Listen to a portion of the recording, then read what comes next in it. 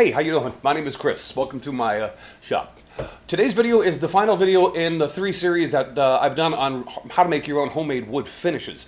And just as an FYI, I've created a playlist on my channel that also includes the 2 videos that I did on iron acetate, which is basically a homemade stain.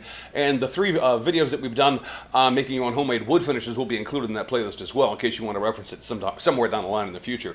But today, we're going to tackle shellac. And to be honest with you, this video could be an hour long if I wanted it to be, and it won't be, don't worry, because there's a lot to know about shellac. So I'm going to cover some of the very basics when it comes to shellac today, but I would encourage you to do some research on your own if you're ever interested in using shellac for yourself, because it's a very versatile product. But today, it's all about shellac. We're going to mix it, make it, put it on a piece of wood, compare it to the other finishes that we made, the varnish, the beeswax, and the shellac that we'll make today.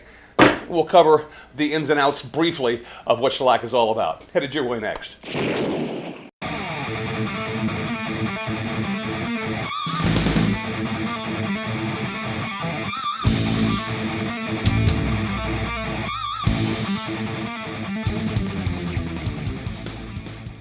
I'm going to sit down for this.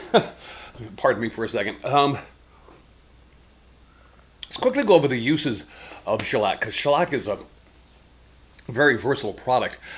Things that it's used for. If you're familiar with the French polishing method of finishing fine furniture, shellac, you're going to be very familiar with how to use shellac there. Shellac is also used on a variety of wood instruments, everything from guitars to violins and so on down the line. There are gun stocks that are finished in shellac. It's because shellac is a very hard and very durable finish that it's used on products like that. And it's used on a variety of different other wood projects as well.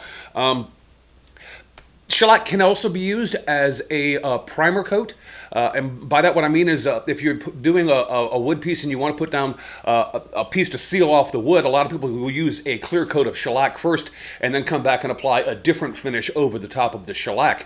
Anything from a varnish to maybe even an armor seal or even a polyurethane. It acts as a nice underlayment for those other finishes. And for a long time, and possibly to this day still, people still use it for this. A low pound cut of shellac people have used for years as a blotch control prior to putting stain on a piece of wood. And shellac at a very low pound cut, like a half a pound cut or so, like on woods like maple and pine, works extremely well. It can be finicky. You've got to kind of figure out the pound cut to the wood that you're using because it's almost species relevant.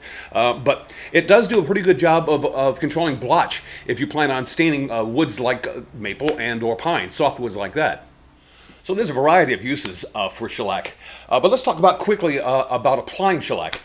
Can you wipe it on? Can you brush it on? Can you spray it on? Yes. But there's a patting technique is basically what you would consider the wipe-on method of applying shellac. You can brush it on, but shellac can be finicky. You can spray it on. As I mentioned before when I was doing the varnish video, I love to spray my finishes if at all possible. But if you are going to spray a shellac, you have the chance of running into what is known as blushing. Now there is a lacquer retarder that you can add to the shellac if you're going to spray to it that prevents that blushing from happening. But if you don't use that product, you can run into a problem of some blushing happening on your finishes. The brush technique on shellac is pretty straightforward, and it's you take your brush, put it inside the shellac. Now when you immediately put it in the middle of a board right there, what happens? A puddle forms, right?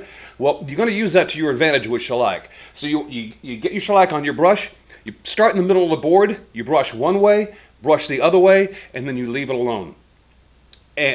Because shellac doesn't like to be brushed like this. It's just not, you're not helping yourself out by doing that. Seriously, shellac dries really quickly, so this is not something you have to wait days on to do. Shellac in the middle, brush one way, come back the other way, leave it alone. Let it dry, let it cure. Then you can come back and put a second coat over the top of that if you choose to do so.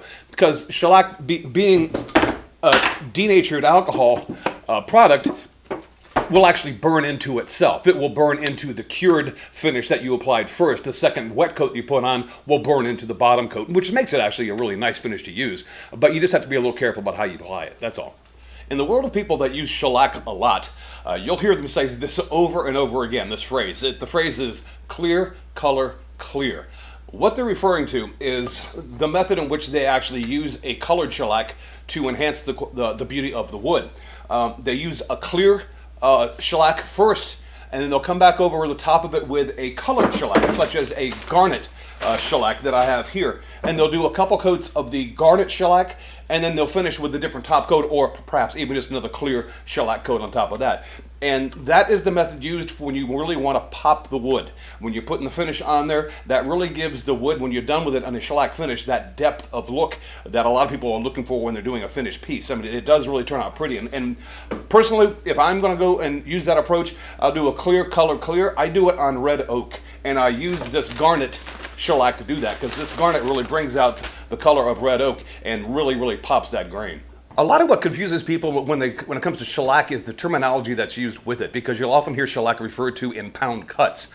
And what they're talking about is essentially if you take 1 pound of shellac and mix it with 1 gallon of denatured alcohol, that is a 1 pound cut. Now, shellac has a shelf life, so you don't really want to go mixing all that up unless you're going to be using it. So for a single project, home project kind of guy that just wants to use shellac on a single piece, let's scale that down a little bit, and I'll give you the measurements here, and it's not hard to remember. 1 ounce of shellac to 8 ounces of denatured alcohol is a 1 pound cut of shellac. 2 ounces of shellac to 8 ounces of denatured alcohol is a 2 pound cut, and so on and so forth down the line. I typically mix up a 2 pound cut for myself, and that's what I'll be doing today. I have some blonde shellac that I'll be using to go along with the beeswax, and also to go along with the varnish that we did earlier, just so we get a fair comparison of these sort of clear finishes and the differences of them. I've already got the garnet mixed up, but I won't be using that today. I'll be using the blonde. So let me go ahead and get that mixed up. We're going to have to let that sit for about 24 hours after we mix it, and then we'll be able to test it out on this piece of wood, and we'll be able to see the 3 finishes next to each other and have a nice comparison that way. Okay, we've got our 2 ounces of shellac for our 2 pound cut.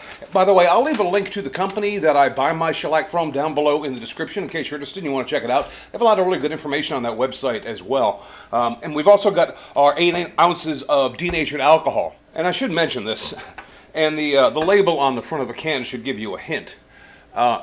Denatured alcohol is flammable. You want to keep your shellac away from an open flame or sparks and things of that nature. And if you smoke, you don't want to get your face, put a cigarette in your mouth, put your face down to see what your shellac looks like. It's just not a good idea. So anyway, what we're going to do is we're going to take the blonde shellac. We're just going to stick inside this little coffee mixer or coffee grinder, spice grinder, whatever you want to call it, and pulse it, 7 or 8 times, just to break down the flakes so that they're not as big as they come inside the bag. And then we'll go ahead and add that to this.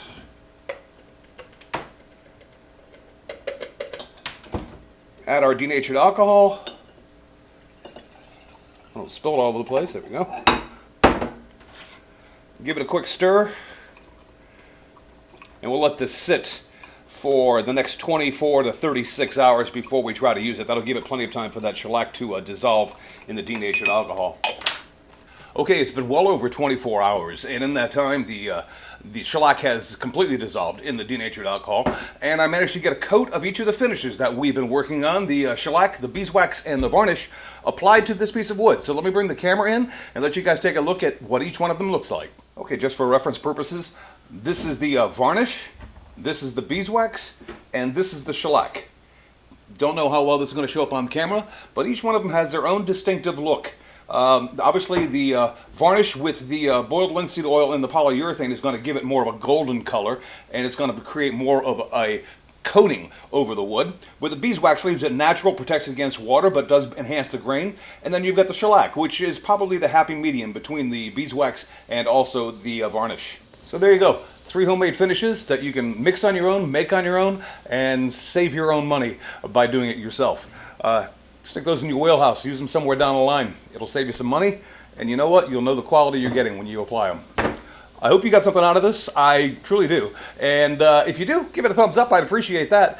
But remember the playlist for all these, as well as the 2 videos I did on iron acetate. I'll put a link to that down below in case sometime in the future you decide that you want to reference that because you want to have another look and have a go yourself. So go ahead and do that. Shellac, beeswax, varnish, mixed or made on our own. You guys take care. Get out in your shops, make that first cut, and get something done. I'll talk to you later.